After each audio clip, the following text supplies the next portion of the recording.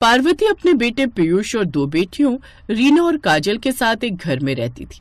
पीयूष एक private company में काम करता था। उसी कंपनी के मालिक की बेटी किंजल को पीयूष से प्यार हो जाता है। पीयूष भी किंजल को प्यार करने लगा था और कुछ ही दिनों में दोनों की शादी होने वाली थी।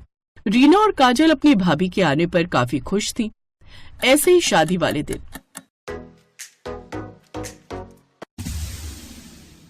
ये लीजिए भाभी, हम आपके लिए ये मसाला डोसा लाए हैं। वहाँ डोसे के स्टॉल पर काफी भीड़ लगी थी। भैया ने बताया था कि आपको ये काफी पसंद है। हाँ खाइए ना भाभी। तुम्हारा दिमाग खराब हो गया है?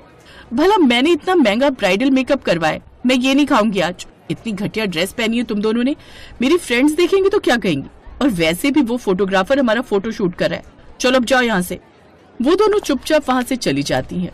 फिर ससुराल में किंजल के गृह प्रवेश के वक्त दोनों नंदे अपनी भाभी का रास्ता रोकते हुए कहती हैं, ये रास्ता रोकने की रस्म है भाभी, लाइए कोई गिफ्ट दीजिए।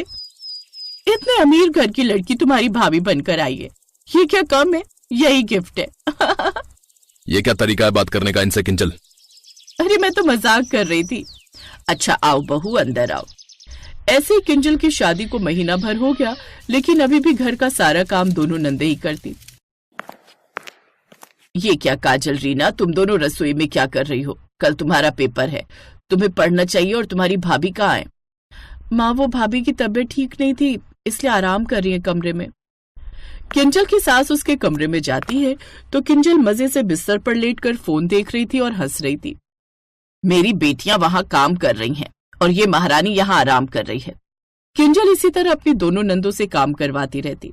फिर एक रोज, भाभी आपकी शादी को महीना भर हो गया, लेकिन हमने आज तक तुम्हारे हाथ का कुछ नहीं खाया। आज हमारे लिए भी कुछ बना दो ना।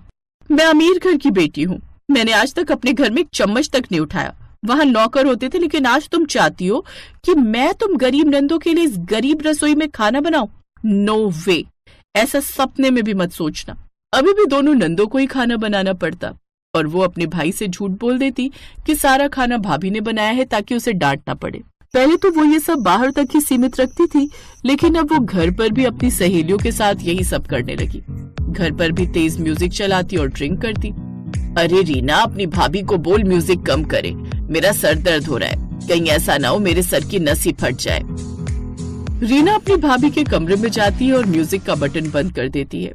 ये देख किंजल उस पर चिल्लाने लगती है, तुम्हारी इतनी हिम्मत! भाभी ये सब क्या है? आप घर में शराब पी रही हैं? ये हमारा घर है, कोई नाइट क्लब नहीं। अबे तू दो कौड़ी की लड़की मुझे ये सब सिखाएगी? ये कहकर किंजल रीना को जोरदार थप्पड़ मार देती है। तुम गरीब इसी लायक हो, लेकिन हाँ एक बात ध्यान रहे, अपने भाई को ये सब बताना नहीं। अगर हमारे बीच झगड़ा हुआ और मैं उसे छोड़कर चली गई ना, तो वो पागल हो जाएगा मेरे बिना। रीना किसी को कुछ नहीं बताती। इसका फायदा उठाते हुए अब किंजल का अत्याचार अपनी नंदों पर और भी बढ़ने लगा। मुझे ये नहीं खाना, ये बेकार से दाल चावल। मेरा बिरयानी खाने का मन है, जाओ मेरे लिए बिरयानी बना कर लाओ। भाभी, हमें अन्न का अपमान नहीं करना चाहिए। बहू, ये क्या तरीका है अपनी नंदों से बात करने का? जो काम और फर्ज तुम्हारे इस घर में उसे ये दोनों कर रही हैं, फिर भी तुम इन्हीं को ये सब बोल रही हो। बुढ़िया, तुम तो चुप ही रहो, वैसे भी तुम्हारा पैर कब्र में लटक रहा है। तुम सब की सब ना मेरा कुछ नहीं बिगाड़ सकती, क्योंकि तुम सबकी कमजोरी यानी कि पीयूष मेरे कब्जे में है। वो मुझसे बहुत प्यार करता है, जैसा मैं कहूंगी वो वैसा ही करेगा। तभी पीयूष वहां आ जाता है और किंजल को जोरदार थप्पड़ मारता है। पीयूष, तुम्हारी इतनी हिम्मत कि तुमने मुझ पर हाथ उठाया? ये काम तो मुझे बहुत पहले ही कर देना चाहिए था। तुम्हें शर्म नहीं आई मेरी माँ और मेरी बहन के साथ ये सब करते हुए? है मेरी ही गलती थी जो मैंने तुमसे शादी कर ली और ये उम्मीद लगाई कि शादी के बाद तुम मेरी दोनों बहनों और माँ का बड़ा ध्यान रखोगी। चलो चलो चलो, अब निकलो मेरे घर से, अब से तुम यहां नहीं रहोगी। नहीं बेटा, उसे मत निकाल।